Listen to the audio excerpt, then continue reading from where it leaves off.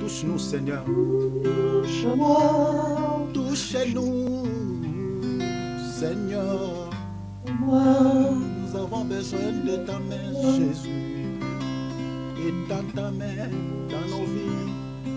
Touche-nous, mon Seigneur Jésus.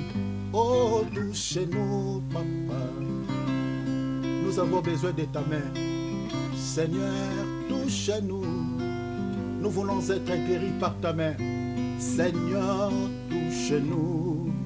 Touche-nous, Seigneur. Nous voulons être libérés. Oh, touche-nous. Touche-nous. Touche-nous. Touche-nous, Seigneur. Mon rocher. Touche-nous, Jésus. Mon Seigneur, touche-nous. Mon rocher, mon rocher, mon rocher, mon Seigneur, mon Sauveur, mon Créateur, mon Libérateur. Touche-nous, touche-nous. Maintenant, Seigneur, touche-nous, Père, Père. Ta main touche-nous, Seigneur Jésus. Ta main nous libère. Ta main nous délivre. Ta main nous libère. Ta main, Seigneur, la main invisible. La main qui guérit sans cicatrice. La main qui guérit sans faire aucun mal. Oh Seigneur, ta main, lorsque ta main nous touche, Seigneur, il n'y a pas de douleur. Mais quand le médecin nous touche, Seigneur, il y a plein de douleurs. Mais quand toi tu nous guéris, Seigneur, quand tu nous touches, on ne sent pas de douleur. Quand tu opères sans cicatrice. Touche-nous, Seigneur. Nous avons besoin de ta main. Plat rocher bébé. Oh Seigneur, touche-nous. Oh, Jésus-Christ, touche-nous. Seigneur, touche-nous, Jésus-Christ. Mon Seigneur, touche-nous. Que ta puissance touche nos cœurs, nos esprits et nos âmes.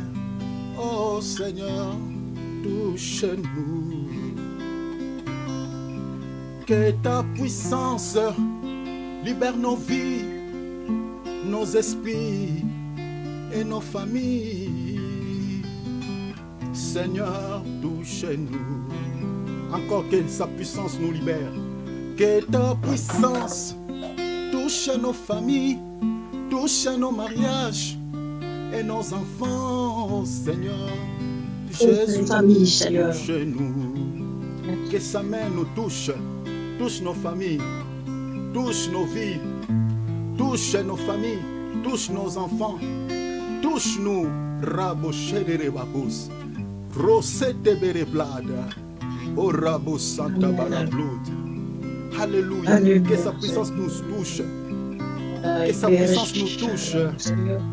Que ta puissance touche nos vies, notre travail et nos enfants. Oh, les enfants, nos petits-enfants, Seigneur, s'il te plaît. Que sa puissance, que ta puissance nous libère de la maladie et nos familles. Touche-nous. Oh, oh. Touche-nous. Touche-nous. Seigneur, de nous toucher. Vraiment, ta main est bénissante. Seigneur, s'il te plaît, touche-nous. Touche-nous, Seigneur. Oh, touche-nous, Seigneur. Jésus, mon Sauveur, touche-nous. Touche nos familles, touche nos amis, touche sur les lits des hôpitaux, guéris de la maladie, libérés dans des prisons. Seigneur, sauve des vies. Oh Seigneur, mon rocher, mon papa, touche-nous. Touche-nous, touche-nous, touche-nous. Oh, touche-nous, Seigneur.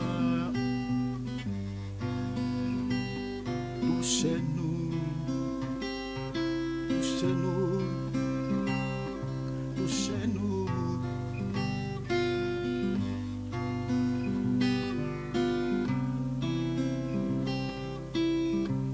Seigneur, Seigneur, s'il te plaît, Seigneur, s'il te plaît,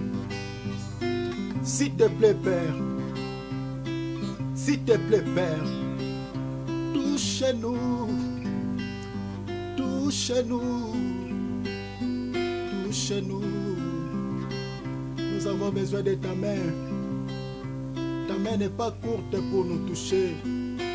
Ta main n'est pas courte pour nous faire du bien. S'il te plaît, il n'est pas courte.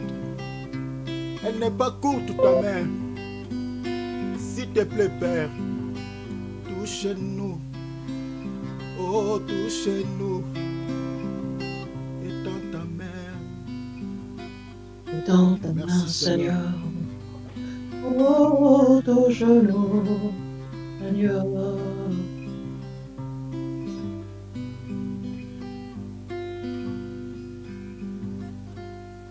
Alléluia. J'aimerais que nous puissions adorer Dieu. Que nous puissions glorifier son Saint. Merci notre Dieu. J'ai l'assurance d'être sauvé depuis que Jésus vit dans mon cœur. La vie éternelle qu'il m'a donnée, je suis à lui à perpétuité. J'ai l'assurance d'être sauvé depuis que Jésus vit dans mon cœur. La vie éternelle qu'il m'a donnée, je suis à lui à perpétuité. Qui me séparera de l'amour de Jésus-Christ? Ni nudité, ni domination, ni homme, ni ange, ni domination. Rien me séparera de mon Sauveur. Alléluia. Qui me séparera de l'amour de Jésus-Christ? Ni nudité, ni tribulation, ni homme, ni ange, ni domination. Rien me séparera de mon Sauveur. J'ai l'assurance, oh quelle victoire, ma condamnation est effacée. Oh, Jésus à moi, plus que la vie jamais, je te saurai, te remercier. J'ai l'assurance, oh quelle victoire, ma condamnation est effacée. Oh Jésus à moi, la vie plus que jamais, je te saurai, te remercier. Tu me sépareras de l'amour de Jésus-Christ, ni nudité, ni domination, ni homme, ni ange, ni domination. Rien me séparera de mon haut. Qui me séparera, qui me séparera, ni nudité, ni domination, ni homme, ni ange, oh, ni domination. Rien me séparera de mon Sauveur. Alléluia. Qui me séparera de l'amour de Jésus? Ni nudité, ni domination, ni homme, ni ange, ni domination. Rien me séparera de mon sauveur. Alléluia. Voilà. Que le nom du Seigneur soit richement béni. Alléluia. Voilà. Vraiment. Merci beaucoup, mes bien-aimés, mes frères et sœurs. Je vous passe la parole aux questions. Si vous avez des questions, rapidement, on peut déjà... Voilà, on peut déjà répondre par rapport à quelques questions. Ma question, tu la connais, Thierry? Ouais, si tu peux me répéter pour que les bien-aimés entendent aussi. Ah, c'est compliqué. C'est assez gênant, ça me gêne assez. Parce que ça met en cause une personne serviteur, j'aime pas trop. Ah oui. Ah, je vois, je comprends. Pour moi, ça me gêne pas, mais pour la personne, non. Oui, je vois, ok. Je suis désolé. Bon. Hein. Oui, j'ai compris, parce que j'avais aussi oublié cette question. Bah oui, je comprends. Je te comprends. Ouais. Mais, t'inquiète, tu auras la réponse aujourd'hui. Ah oui, je m'en fais pas. Hein. Ouais, parce que comme nous sommes en train d'évoluer, je crois que c'est aussi, beaucoup de gens se retrouvent dans ces cas, dans des cas pareils par exemple. Il y a pas mal de gens. Parce que vous cherchez à se réconcilier avec quelqu'un, mais peut-être la personne, c'est vraiment une personne très difficile. Vous voulez confesser les péchés ou lui présenter des excuses, lui demander pardon, chercher à se réconcilier avec lui, mais il n'y a rien à faire. Tellement difficile. Et pour ce genre de personnes, la réponse aussi se trouve dans la Bible. Bah, j'espère, parce que ça me reste sur le cœur, ça. Écoute d'abord, Nicole, parmi les procédures que nous avons dans la Bible, il y a aussi des cas pareils. Oui. Vous comprenez? Donc, tu auras la réponse. Donc, gardez votre souffle. Tu auras la réponse par rapport à ça dans l'enseignement. D'accord, Nicole? Oh oui, pas de souci, oui. D'accord. Est-ce qu'il y a encore d'autres questions? Oui, moi. Allez-y, Babel. Je voulais savoir, quand... c'est vrai que j'ai fait beaucoup de bêtises et beaucoup de péchés pendant le temps que j'allais pas à l'église. Quand on commet un péché, pour moi, je crois que c'est ça, hein, un péché qui, je crois, conduit à la mort, mais qu'on ne sait pas. Comme je t'avais dit, Babette, tu peux être là, tu sais, tu vois même ceux qui vont à l'église chaque dimanche, que ce soit les jours de la semaine. Tous ne sont pas encore devenus enfants de Dieu. Ce n'est pas du fait de fréquenter une assemblée qui te fait que tu es enfant de Dieu, tu es devenu enfant de Dieu. Non. Parce que c'est pour ça que nous sommes entrés de s'atteler beaucoup plus sur l'enseignement, parce qu'on ne fait vraiment pas de prédications, pas aussi des enseignements. On les fait peut-être dans l'enseignement, mais nous sommes assis sur l'enseignement pour que vous compreniez beaucoup de choses dans les Écritures. Ce n'est pas du fait de fréquenter une église qui te fait enfant de Dieu. Non. De devenir enfant de Dieu, être un enfant de Dieu veut dire quoi? Être un enfant de Dieu, c'est-à-dire, c'est avoir l'enseignement du maître ou de ton père. Parce que Jésus-Christ est notre modèle. Il est le fils d'un Dieu.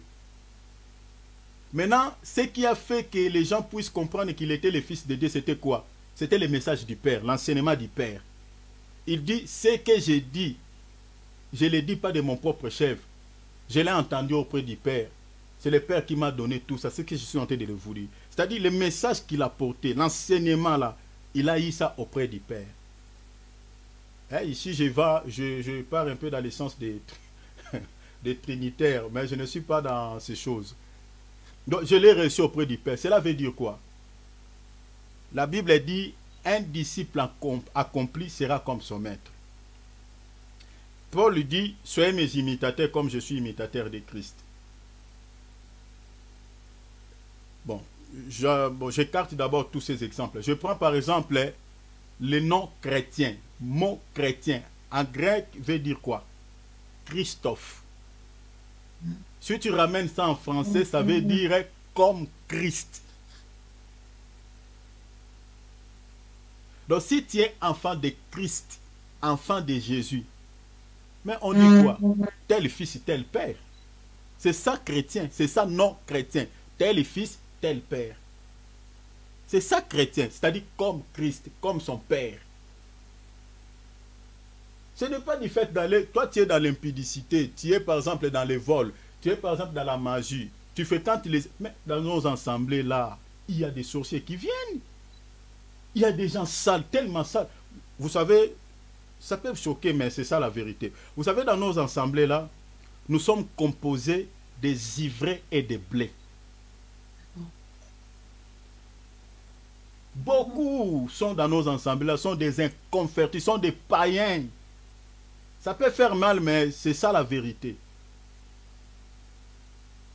Un vrai chrétien ne dit pas que je suis chrétien. Ce sont les fruits qui dégagent, qui approuvent qu'il est chrétien. Vous comprenez? Donc, ne t'inquiète pas par rapport à ça. Ah, pendant ce temps-là, je ne partais pas à l'église. Babette, tu n'étais pas encore, je peux dire, c'est-à-dire, tu tentais de suivre le Seigneur. Mais maintenant, là, tu as fait quand même un pas d'avancer dans la foi. Mais avant, peut-être, ce n'était pas le cas. Donc, ne te culpabilise pas pour tout c'est passé là. Il ne faut pas s'inquiéter beaucoup. Non, non. D'accord. Le but de cet enseignement, ce n'est pas de vous condamner, ce n'est pas de vous culpabiliser, ce n'est pas ça l'objectif. L'objectif, c'est de marcher dans la sainteté, dans la sanctification, dans la crainte de notre Seigneur. C'est ça l'objectif de ces messages. C'est-à-dire de fuir les péchés. C'est ça l'objectif. Et s'il arrive que tu tombes, il y a aussi un ici. Le remède est là. C'est le pardon, c'est la prière. C'est ça ce que Jean dit. Si quelqu'un tombe dans un péché qui ne mène point à la mort, qu'il prie. Et Dieu conservera sa vie, accordera la vie. Amen alors. Vous comprenez, Babette? Donc, oublie ça. Oublie ça. Donc, aujourd'hui, tu avances quand même. Tu vois la conscience que tu as maintenant là. C'est ça. C'est ça maintenant, quelques fruits maintenant qui commencent à naître. Tu commences à dégager, il y a quelque chose qui te dit, ah, cette vie-là, vraiment, c'est le Voilà, c'est ça maintenant. Parce que tu as entendu la connaissance, tu as écouté la parole, et ça travaille ton cœur. Maintenant, reste dans cette position de sainteté. C'est ça maintenant la position que Dieu veut. Et continue comme ça. Oublie le passé. Ne pensez plus aux événements passés. Voilà. C'est ça ce que dit la Bible. Ok. Merci. Je pense qu'on peut avancer directement. Je ne sais pas, il y a une question. Et au sujet du vol, Hein? au sujet du vol, il n'y a pas très longtemps, voici c'était cet été, je suis allée à côté du maraîcher là et je voulais acheter des salades. Et puis il m'a dit non, on n'a plus de salade à vendre. Et puis quand on allait promener de l'autre côté des champs, là il y avait de la salade. J'ai ramassé 2 salades. Mais tu as dit, tu as ramassé. Il faut veiller avec les mots. Bon, Tu as t'as volé ou compris tu ce as que j'ai ramassé? dit. T'as compris ce que ça veut dire. Bon. J'ai pris 2 salades parce que je voulais acheter 2 salades. Le maraîcher me dit on a rien là pour le moment, on n'a pas de salade. Puis je dis pourquoi ils vendent pas de salade? Il en a plein de champs. Bon, je crois qu'aujourd'hui, comme tu as réussi l'enseignement, tu ne vas plus répéter ça. Parce que avant, c'est pour cela que j'ai dit que Dieu ne tient pas compte de ta ignorance. Avant, tu vois que tu l'as fait et tu ne t'inquiétais pas. Mais aujourd'hui, tu vois que tu commences à avoir des inquiétudes parce que la sémence de Dieu est entrée à toi. Mais maintenant, comme tu as reçu la connaissance, si tu le fais, Dieu maintenant va t'imputer ses péchés. Parce que tu as reçu maintenant la connaissance. Donc ne pensez plus à ce qui était passé. Donc si tu avais déjà demandé pardon pour ça, c'est fini quoi. Parce que tu ne vas pas restituer quand même les salades. Après. Ben oui, c'est ça que j'ai dit à Nicole hier soir. J'ai dit C'est je vais trop pas tard. aller leur porter de salade. C'est trop tard. Voilà, on va avancer. Mais quand tu as eu la connaissance, ne répète plus ça. Alors j'enlève l'écouteur, on avance mes bien-aimés. Voilà. Oui. Merci beaucoup. Dieu nous bénisse tous. Voilà. Amen. Donc, Oui. aujourd'hui, Amen. j'entame directement vie de temps. Donc, nous parlons sur, on était arrêté sur le pardon. Juste, je débute sur la première étape, sur la confession. J'avais dit ceci, que la réparation pour tous les péchés, hein, la réparation pour tous les péchés, Oui. voilà, la réparation de certains types plutôt de péchés que nous commettons les uns envers les autres. J'avais dit que la procédure se diffère. Vous voyez? Donc la procédure se diffère selon quelques cas. Comme Nicole, tu vois, les cas, ça c'est un autre cas, quoi. Voilà. Oui. Donc ça demande vraiment prendre une autre procédure. Ok. Ici, j'aimerais souligner une chose. Suivez-moi ici Oui. très bien, mes frères et sœurs. Oui. Vous savez, un péché qui a scandalisé les gens, qui s'est fait en public. Prenons par exemple, vous êtes dans l'ensemble, un frère est sorti avec une sœur de l'ensemble, et voilà, du coup, voilà, la sœur là était mariée, ou soit, même si elle n'était pas mariée, par exemple, mais la chose est connue de tous. Donc, c'est-à-dire, tout l'ensemble ont connaissance de l'affaire, de la situation, ils savent. Maintenant, ce genre de péché, la procédure pour ce type de péché, si le frère veut réparer cela, ça doit se faire aussi de manière solennelle. Vous comprenez? Parce que Oui. l'affaire est connue de tous. C'est-à-dire la réparation de des cas pareils, ça se fait publiquement. Ah. Donc le frère va passer du haut de la chair, comme l'Église connaît la situation, tout le monde savent, donc le bien-aimé va passer du haut de la chair, et puis il va présenter son pardon devant toute l'assemblée. Ah. Parce que c'est un péché qui a scandalisé l'Église ou le public, tout le monde. Oh. Parce que l'affaire est connue de tous. C'est-à-dire tout le monde sait ce que le frère avait fait, avait posé comme acte. Mais maintenant, si la chose n'est pas connue, je crois... bon, je vais vous donner quelques écritures par rapport à ça.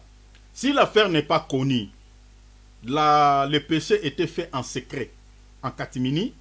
À ce moment-là, la réparation aussi de ces péchés sera aussi de manière discrète. Discrète, Donc, ouais. le bien-aimé n'a pas besoin, donc on n'a pas besoin de publier cela. Donc, c'est-à-dire que la chose soit connue de tous. Là, sinon, ça peut scandaliser ceux qui sont faibles. Mm. Vous voyez? Donc, ça ne sera pas bien. Ce n'est pas ça la procédure biblique. C'est-à-dire, selon la parole de Dieu, si la chose était faite en secret, en cachette, donc, la réparation pour ces cas, pour ces péchés, donc, ça doit se passer aussi de manière secrète. Donc, c'est comme cela. Donc, ça, retenez ça par cœur. Parce qu'aujourd'hui, dans nos assemblées, il y a pas mal de dégâts. Les gens ne connaissaient pas l'affaire. Donc, l'assemblée était, voilà, ne savait pas ce que les bien-aimés avaient fait. Mais maintenant, quand on veut réparer, on veut maintenant dire aux bien-aimés de pouvoir réparer ce péché, on lui dit de le faire publiquement. Mais les gens ne connaissaient pas ça. Les gens n'ont pas la connaissance de cette affaire. Là, Mais pourquoi les bien-aimés vont passer du haut de la chair et réparer ça publiquement? Et quand les bien-aimés vont passer, réparer ça voilà, en public, et ça va créer encore des problèmes, ça va créer encore des dégâts. Donc tout ça, ce n'est pas bien selon les Écritures. Vous savez déjà, la Bible dit quoi? L'amour couvre une multitude de péchés. Vous voyez déjà ça? L'amour couvre. Donc c'est-à-dire, si l'affaire n'est pas connue, on peut les couvrir, laisser ça comme ça. Donc vous réparez ça, peut-être 2-3 serviteurs de Dieu qui ont la maturité. Prenons par exemple les cas de la sorcellerie. Je prends par exemple ce genre de cas. Prenons par exemple, je vous raconte un témoignage. Les cas d'un pasteur en Kinshasa qui était sorcier. Mais qui était pasteur, on l'avait posé des mains. Voilà, il est devenu pasteur. Donc les gens qui l'avaient consacré, je ne sais pas s'ils avaient prié Dieu ou pas. Donc vraiment ça c'est un problème. Donc un homme de Dieu, un serviteur de Dieu, sorcier, mais qui dirige l'assemblée. Et à un certain moment, ce monsieur va pouvoir maintenant être fatigué de ses œuvres. Il va maintenant parler à quelques serviteurs de Dieu que lui, il est sorcier. C'est lui-même qui est à la base de toutes les complications qui sont dans l'assemblée. Si les gens meurent, il y a des sœurs qui avortent comme cela. Voilà, il y a beaucoup de cas, beaucoup de problèmes dans l'église. Lui, c'est lui qui est à la base. Maintenant, il veut se repentir. Forcément que peut-être il a été interpellé par Dieu et il veut abandonner totalement la sorcellerie, mais il ne sait comment faire. On ne sait pas s'il avait des dettes pendant la nuit. Il faut maintenant rembourser ses dettes. Il a peur qu'on vienne le menacer ou on ne sait pas. Maintenant, il a trouvé quelques hommes de Dieu parce que la sorcellerie, ça fait partie des œuvres de la chair selon Galates chapitre 5 verset 19. Donc c'est un péché. Alors, les hommes de Dieu devaient maintenant lui faire passer à la repentance, à la réparation. Et gloire à Dieu parce que ces hommes de Dieu, je connais ces hommes de Dieu qui avaient aidé cet homme de Dieu. Parmi ces hommes de Dieu, mon père dans la foi, il était là. Il y avait aussi un père dans la foi, je l'appelle mon maître, qui s'appelle Super Saturné. Ma femme le connaît quand j'étais en Afrique. Il était venu avec sa femme, même déjeuner avec nous. Et parmi ces serviteurs de Dieu, il y avait aussi ces hommes de Dieu qui avaient aidé cet homme de Dieu. On a fait un déplacement, ils sont allés très loin dans une autre commune pour pouvoir aller faire sa délivrance là-bas et lui faire passer à la confession. Donc c'était passé vraiment en catimini parce que, prenons par exemple ces genres de péchés. Si l'église avait eu connaissance de ça, mais c'est fini. C'est fini donc l'église allait, n'existerait plus quoi. Donc il faut avoir la sagesse, parce que c'est pour ça que je vous ai dit que la réparation de certains types de péchés que nous commettons les uns les autres, la procédure se diffère selon les cas. Oui.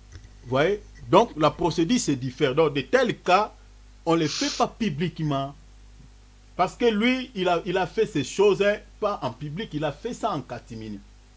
Mais maintenant, s'il veut faire des témoignages, ça c'est une autre chose.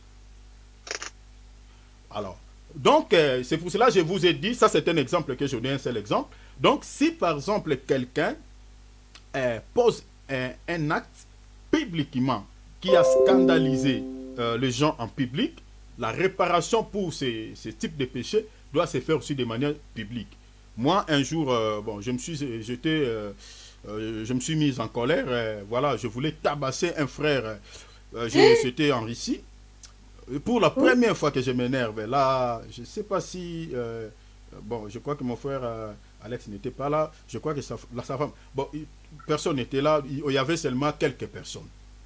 Et tellement j'étais monté avec les réalités de la vie, je pense à ma femme, je pense à mes enfants, je pense à ma vie, donc tout ça là, et je dis à ses frères, je dis, si tu oses, vu qu'on vivait au 12e étage de l'immeuble, je dis, si tu oses encore de faire, de s'attaquer de moi, je vais te jeter en bas. Et j'étais tellement, je me suis dit, off. Oh là là. Maintenant, les gens commencent à me saisir. Lui aussi, il voulait se bagarrer avec moi. Je dis, petit, donc, ne t'amise pas, ne joue pas. Donc, je voulais vraiment taper ces petits-là. C'était aussi un grand garçon, mais il était petit par rapport à moi. Et les gens commencent à me dire, ah, pasteur Evange, Evange, toi aussi, Evange, vraiment. Ah. Et ça commence à scandaliser les gens qui me... Et du coup, on nous a calmés, on a calmé les petits, on l'a pris, on l'a mené de loin. Il y avait un frère qui est aujourd'hui en Belgique qui me dit, ah, Evange, il m'appelait Motonanzambe. Motonanzambe veut dire homme de Dieu. Ah, homme de Dieu, vraiment, vraiment, homme de Dieu, toi qui nous enseignes.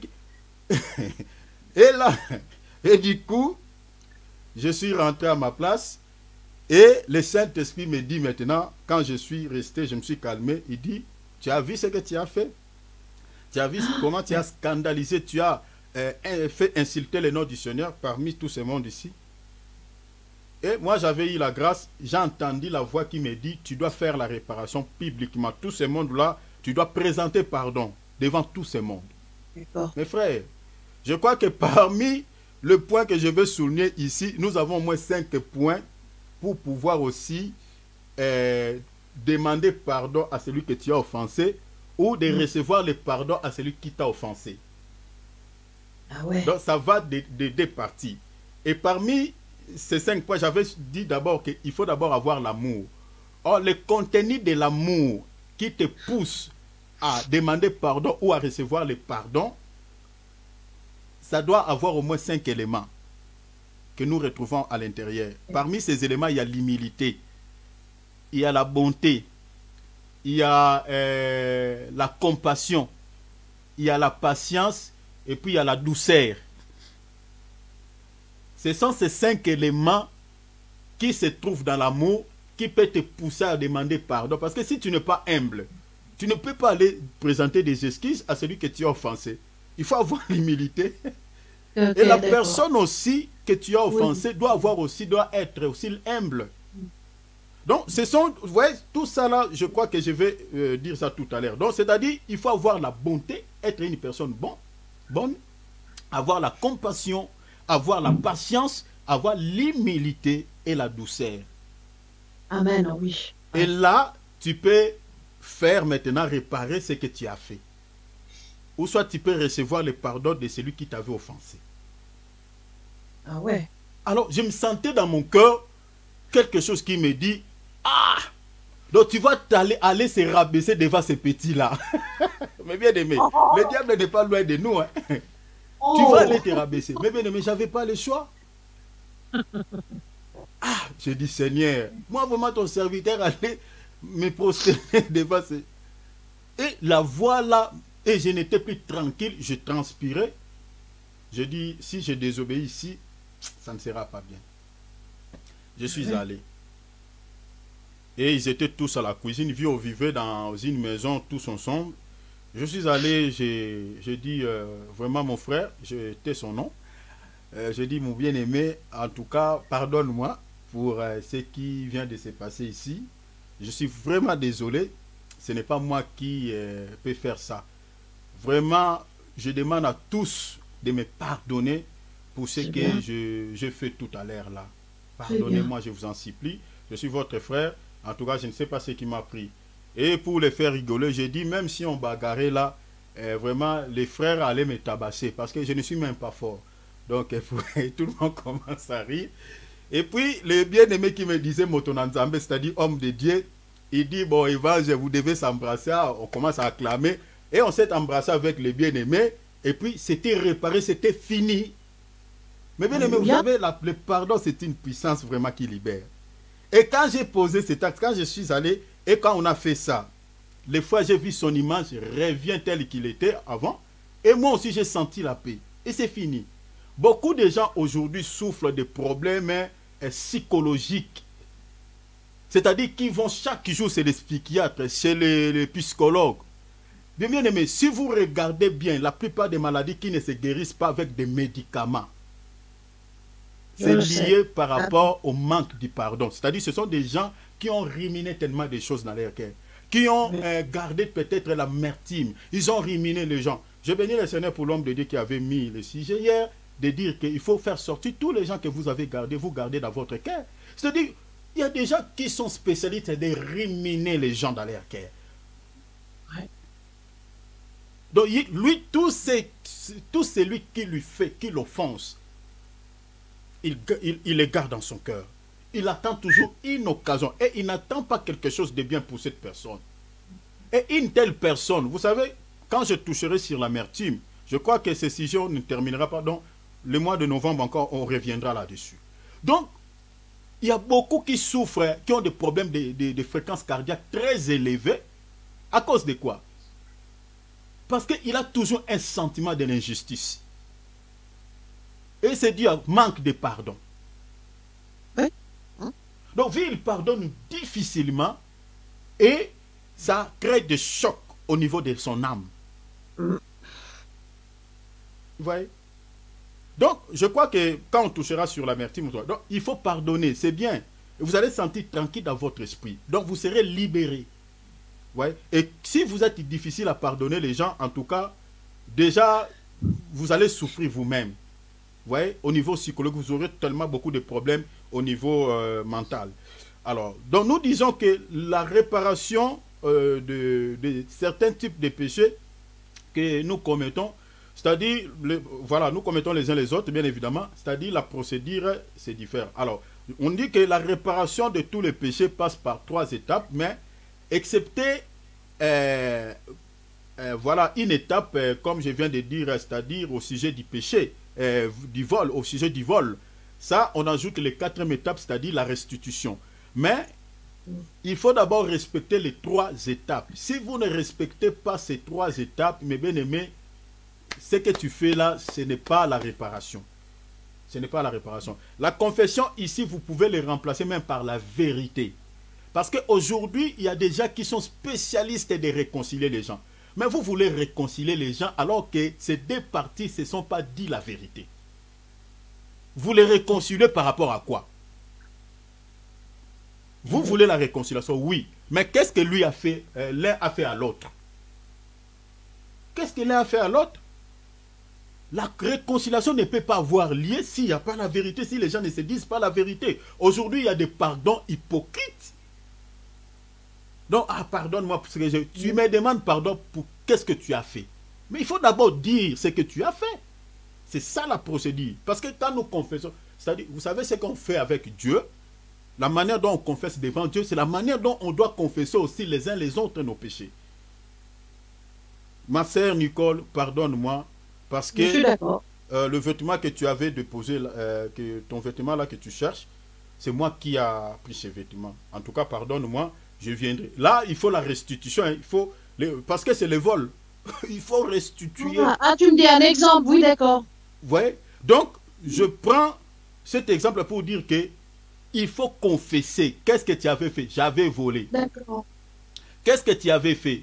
Je suis tombé dans l'adultère, je suis tombé avec un homme. Ouais. Tu vois beaucoup de couples chrétiens qui prient là. Beaucoup n'iront pas au ciel, beaucoup rateront le ciel, ne partiront pas. J'implore Dieu que ces gens, le mari trompe sa femme et la femme continue à prier Dieu. Il croit que voilà, il a arrangé avec Dieu, il a voilà demandé pardon à Dieu et c'est fini. Ce n'est pas fini. Et le verset qui dit que confesser les péchés les uns les autres, toi tu as oublié ça? Tu as oublié qu'on pêche aussi contre son prochain? Tu as péché contre ton prochain. Tu dois aussi aller dans la Bible dit avant d'abord de commencer avec Dieu. Commencer d'abord avec la personne que tu as offensée. Ouais. Ensuite, tu viens maintenant auprès de Dieu présenter tes excuses. Et il croit que, voilà, soit elle croit, voilà, j'ai présenté des excuses à Dieu, j'ai demandé pardon, j'avais trompé mon mari, j'avais trompé ma femme, et c'est fini. Ce n'est pas fini. Respectez les procédures. Jacques chapitre 5 verset 16. Vous avez déjà les passages, vous avez déjà noté. Nombre chapitre 5 verset 6 à 7. C'est-à-dire les uns les autres. Ton prochain, c'est ton mari. Ton prochain, c'est ta femme, c'est tes enfants. Il y a des parents qui sont spécialistes. Il a voilà, malmené son enfant ou sa fille ou voilà, voilà son enfant.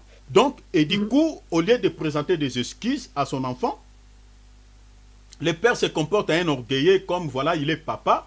Il n'a pas besoin de dire à son enfant le mal qu'il a fait. Ah ouais. Mais ton enfant aussi, c'est ton prochain. Vous comprenez? Ouais.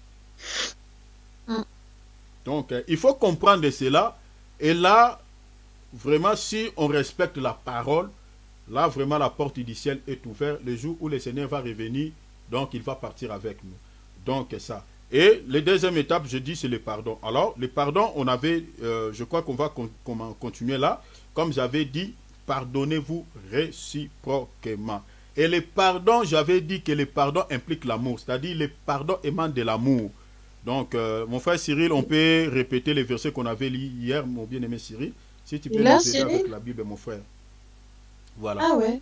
Non. Vraiment, merci beaucoup, mon frère. On lit 1 Pierre chapitre 4, verset 8. Donc, si vous n'avez pas l'amour, en tout cas, ce serait difficile pour que vous pardonnez celui que vous avez offensé. D'accord. Voilà. Avant tout, regardez, hein, suivez bien la lecture. Regardez ce que l'apôtre Pierre nous donne comme conseil.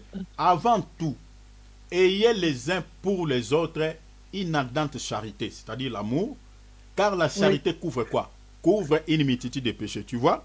Donc couvrir ici, ça peut aller dans le sens aussi de pardonner, d'effacer. Vous voyez? Parce que quand on couvre, on ne voit plus rien. Ça dit dans le sens aussi d'effacer les péchés, d'effacer les péchés. Donc c'est-à-dire s'il n'y a pas l'amour, il est difficile que les péchés soient couverts ou il est difficile que les péchés soient effacés. C'est ça ce que l'apôtre Pierre veut dire ici. Donc sans l'amour, donc le péché toujours est constamment devant les yeux de l'autre, de l'un l'autre, quoi. Voilà, sans l'amour. Mais quand il y a l'amour, quand l'amour entre en action, et à ce moment-là, le péché peut être effacé. Vous comprenez? Alors, les caractéristiques de l'amour qui nous poussent à pardonner, à se pardonner les uns les autres, les contenus, comme je l'ai dit tout à l'heure, il y a au moins 5 points que j'avais énumérés. Parce que s'il n'y a pas ces 5 points, mes bien-aimés, vous n'allez pas avoir ce désir, ce sentiment de pardonner. Le premier élément, comme je l'ai dit, je réitère, c'est l'humilité. Ça, c'est le premier élément. L'humilité. Parce que pour aller demander pardon, en tout cas, il faut que tu sois une personne humble. C'est la raison pour laquelle le Seigneur a comparé les royaumes des cieux aux petits-enfants. Parce que les enfants, ce sont des personnes qui sont tellement humbles. Vous voyez? Donc, il faut devenir comme un enfant, c'est-à-dire avoir l'humilité, c'est savoir se rabaisser. Et tu peux aller vraiment, mon frère, vraiment, pardonne-moi, je suis désolé pour cet acte que j'avais posé, vraiment, désolé, pardonne-moi. Ouais, ça, c'est ça l'humilité. Ouais, et celui aussi qui reçoit ce pardon, donc il doit aussi avoir cette humilité. Ne va pas se comporter à un orgueilleux, voilà, et il commence à faire, toi, si tu ne venais pas me demander pardon, j'avais des... Non, ça ce n'est pas vraiment une bonne attitude d'un enfant de Dieu. Lui aussi doit avoir la position d'humilité, parce que l'humilité c'est pour nous tous. Ah vraiment mon frère, vraiment, pas de problème mon frère, pas de problème. Moi aussi, si je t'avais fait mal, vraiment pardonnez-moi aussi pour ça. C'est comme ça se passe. Ça se passe pas, toi tu te comportes en orgueilleux, et parce que l'autre présente des excuses. Ça ne se passe pas comme ça. Donc, toutes les deux parties doivent avoir ces fruits d'humilité. Deuxième élément, il faut avoir aussi la patience. Vous savez, la patience veut dire quoi? Dans un autre langage, la patience, c'est-à-dire, c'est supporter les uns les autres. C'est-à-dire avoir aussi un grand cœur. Vous voyez? Parce que si vous n'avez pas la patience, parce qu'une personne qui n'est pas patiente, c'est une personne qui chauffe à tout moment. Hein. Donc, une fois ça se passe, une fois il réagit. Vous voyez? Donc, il faut avoir aussi la patience. Donc, c'est-à-dire, la patience, c'est-à-dire un grand cœur, c'est-à-dire un cœur, c'est-à-dire, je peux dire comment? C'est-à-dire, c'est l'attitude de pouvoir entendre. Ouais. Donc, c'est-à-dire, c'est vraiment une attitude où vous êtes en train d'attendre beaucoup. C'est-à-dire, même si la personne ne présente pas les excuses, même ici, cette personne-là refuse de vous pardonner, soyez toujours patient, mais il faut continuer la procédure. Je vais vous montrer cette procédure tout à l'heure. C'est-à-dire, il faut avoir aussi la patience, parce que peut-être vous pouvez aller vers la personne pour présenter des excuses, mais il est encore sous la colère, il ne vous pardonne pas. Mais ne soyez pas chaud dire que ah, voilà, il refuse d'accepter mon pardon, voilà, il ne veut pas. Non, soyez patient. Laissez-lui aussi parce que peut-être son tempérament est encore chaud. Donc, laissez-lui à un certain moment, peut-être il va se calmer. D'accord, amen. Donc, il faut avoir aussi la patience. Nous avons encore autre point, la douceur. Vous voyez, la douceur. Une personne qui n'a pas la douceur, vraiment, ce sont des personnes qui s'énervent tout le temps. Vous voyez, il y a toujours l'irritation, voilà, des choses comme ça. La douceur. C'est-à-dire, il ne faut pas avoir cette attitude quand on te fait le mal de pouvoir directement s'énerver. Ce n'est pas bon aussi. Ce n'est pas bon. Ou soit, celui qui vient te présenter des pardons, quand il te présente des excuses, tu t'énerves. Non, c'est que tu n'as pas la douceur. Il y a des gens comme ça, quelqu'un qui vient présenter des excuses, qui disent désolé pour... Oh, il s'énerve, et peut encore gifler la personne. Oh. Là, en tout cas, on remet ta vie chrétienne à question. Donc, tu n'as pas l'amour. Tu n'as pas l'amour. Parce que ces 5 points que j'ai énumérés ici émanent de l'amour. Si vous avez l'amour, parce que regardez, la bonté, c'est un fruit de l'esprit. La patience, c'est un fruit. La douceur, c'est un fruit. L'humilité aussi. Vous voyez? C'est la nature, au fait, de l'amour. Si vous avez l'amour, vous devez avoir ces 5 points que je suis en train de citer ici. Donc, quand quelqu'un vient vous présenter le pardon, donc vous devez recevoir ce pardon avec douceur. Pas avec irritation, pas avec la tendance de s'énerver. Non, avec douceur. C'est très important. Autre point, c'est la bonté. Vous voyez? Donc, il faut toujours que si tu te comportais comme une personne bonne, bien devant la personne qui t'avait offensé, continue à être bien avec lui ou avec elle. Vous voyez? Continue à être bon. Vous voyez? Donc, c'est ça aussi l'attitude qui montre que réellement tu avais pardonné. Vous voyez? Ou soit toi qui avais demandé pardon, c'est aussi l'attitude qui montre que réellement le pardon que tu avais présenté à la personne que tu avais offensée, c'était un pardon sincère. Continuez à être bon, manifestez toujours la bonté. Cela approuve que vraiment le pardon était sincère. Vous voyez? Autre point, c'est la compassion. Vous voyez? Quand on a la compassion, en tout cas, le pardon est facile, quoi.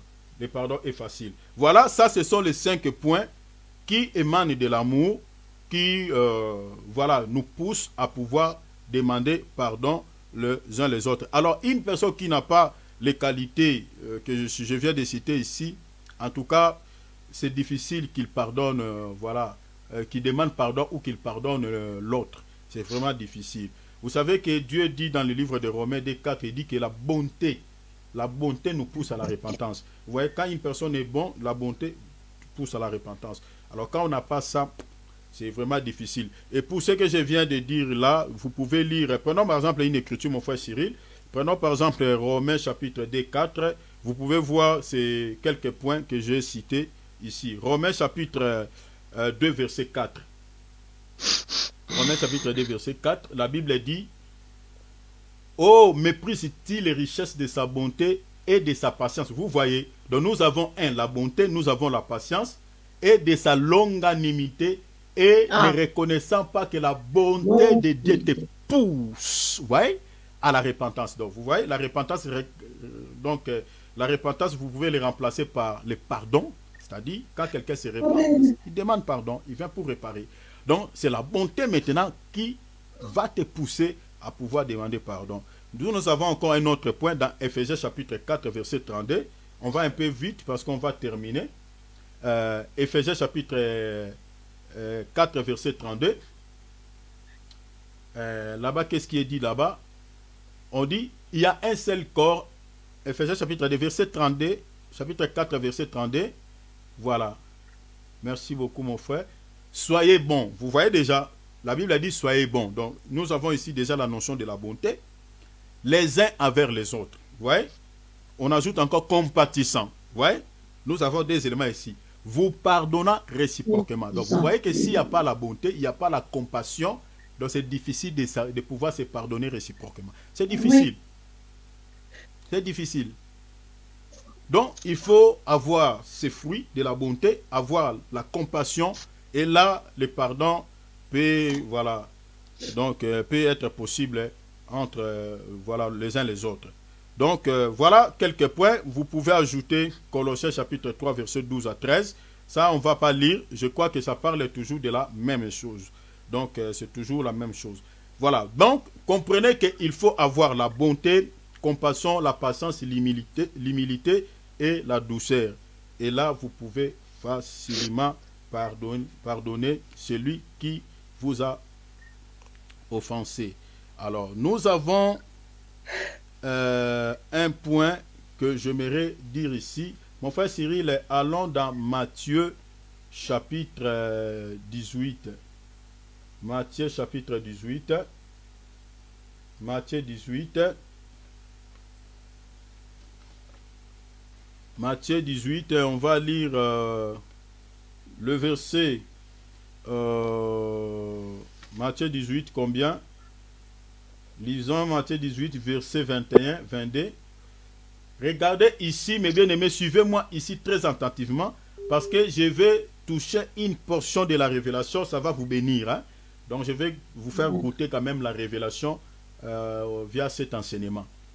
Alors Pierre s'approcha de lui et dit, Seigneur, combien de fois pardonnerai-je à mon frère lorsqu'il péchera contre moi?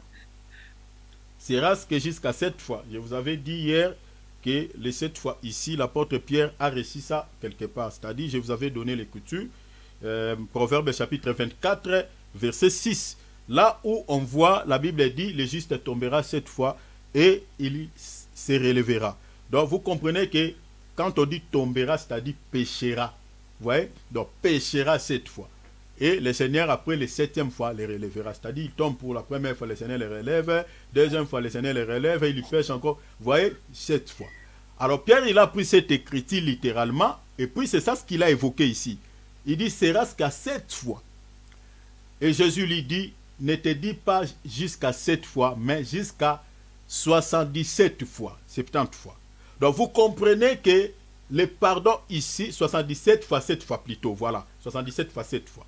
Donc, vous comprenez que ici, le Seigneur va pouvoir dire à l'apôtre Pierre que le pardon est accordé, c'est-à-dire tu dois pardonner jusqu'à 77 fois 7 fois.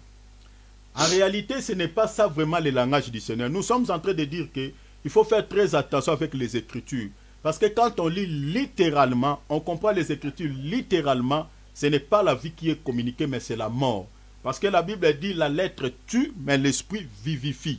Donc quand on reste sur le papier, on lit seulement la lettre et on l'interprète comme cela. En tout cas, ce n'est pas la vie qui est donnée, mais c'est la mort qui est donnée.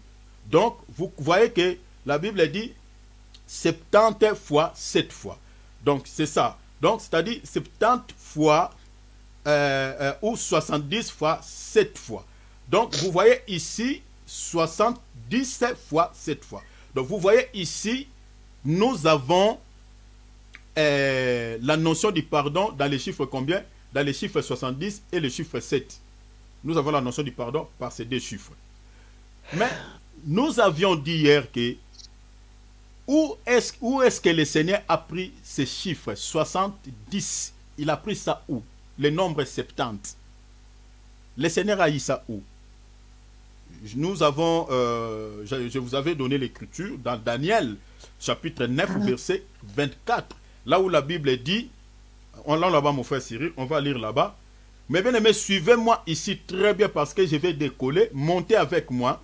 Vraiment, prenez vos ailes, on va monter. Prenez vos ailes, on va monter ici. 24, verset 24, regardez. Le Seigneur, il a pris ce chiffre ici. Regardez. La Bible dit, 70 semaines ont été fixées sur ton peuple.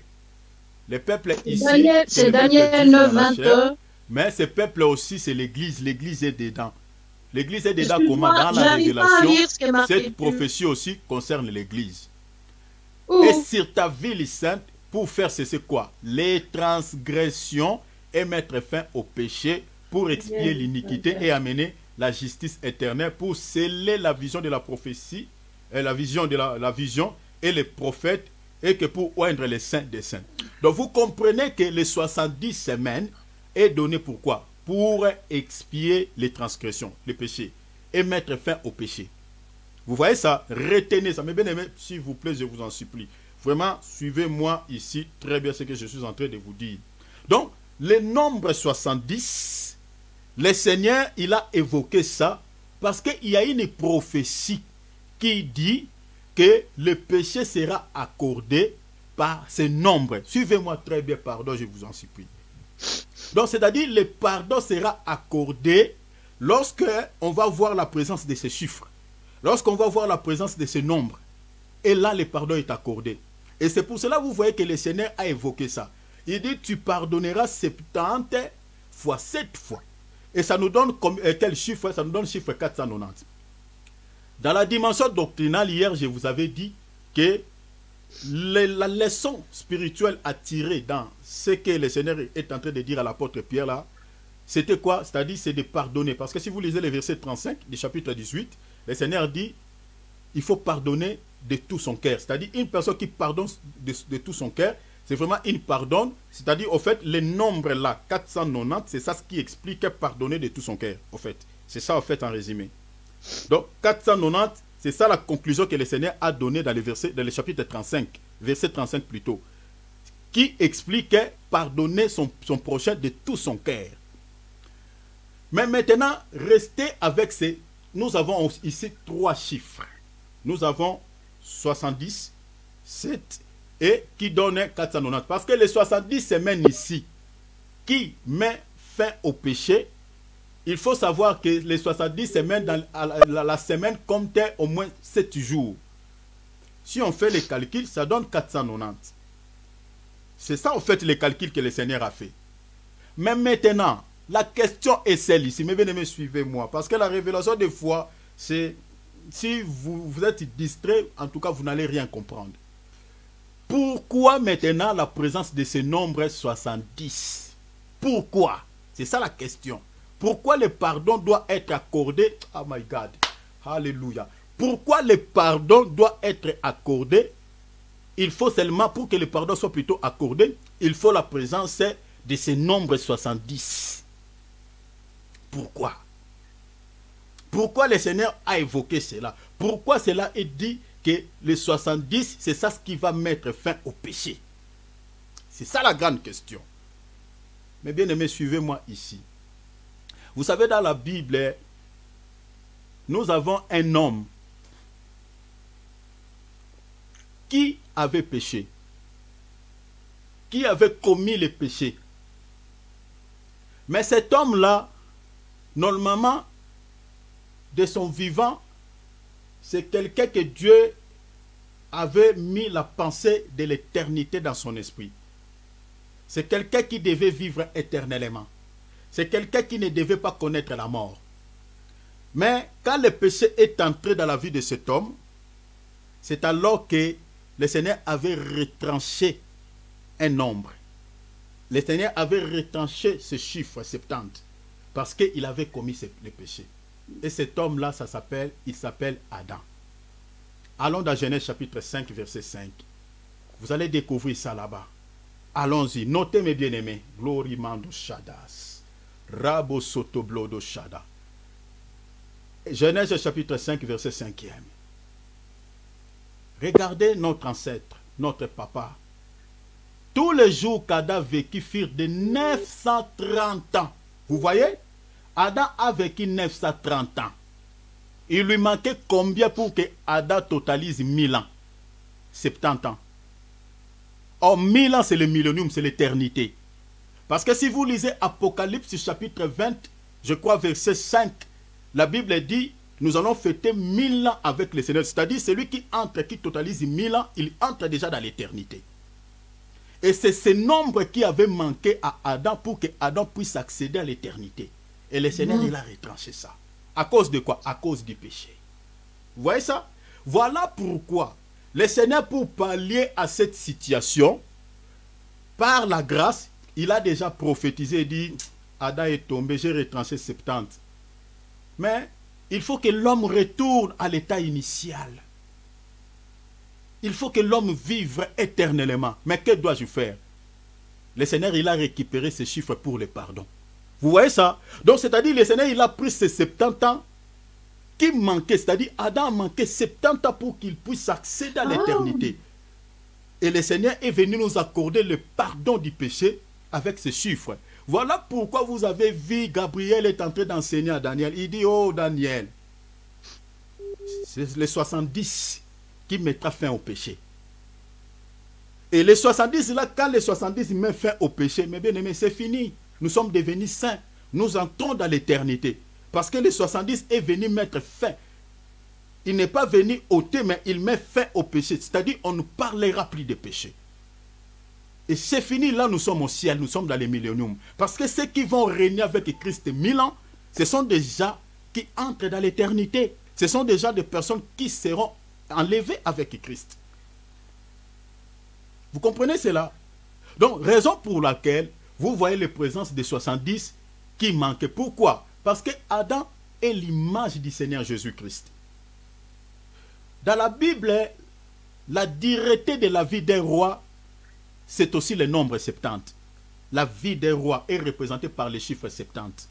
La durée de la vie d'un roi est représentée par les chiffres 70. Prenons par exemple une écriture, je crois, dans quel livre? Je vais vous donner une écriture. Nous sommes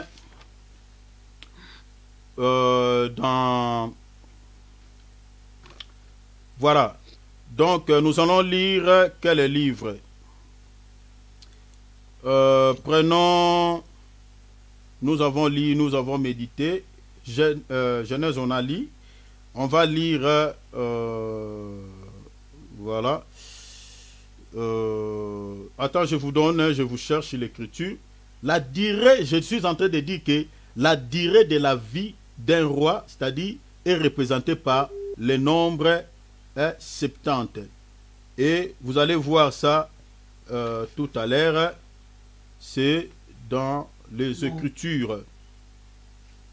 Voilà. Mon bien-aimé Cyril, cherchez-moi cela, s'il te plaît, rapidement, et pour que qu'on puisse lire. Voilà. Donc, préparer, ce n'est pas facile. Il y a beaucoup de choses. Voilà. Donc, la durée de la vie des rois. Je crois que c'est dans le livre... voilà. J'avais même... Donc, j'ai oublié de noter les versets. Voilà. J'en ai ça ici. Donc, est représenté par le nombre 70. C'est-à-dire la durée de la vie d'un roi. Vous comprenez? Est représenté par le nombre 70. Attends, je vous cherche ça rapidement. Je vois là-bas. Voilà. C'est un peu en retard. Attends, je vous cherche ça rapidement. Souffrez. Voilà. Je vous prends l'écriture. Voilà. Je vous prends rapidement l'écriture. Regardez. Prenons Ésaïe 23, 15. Voilà. Merci Seigneur. Ésaïe 23, 15. Donc, la durée de la vie d'un roi est représentée par le nombre 70. C'est la durée. Mais, lisons d'abord et puis je vais vous expliquer, donner quelques leçons spirituelles. Regardez, qu'est-ce qui est dit? À ce temps-là, tu tomberas dans l'oubli 70 ans. C'est que dire la vie d'un roi. Vous avez vu ça?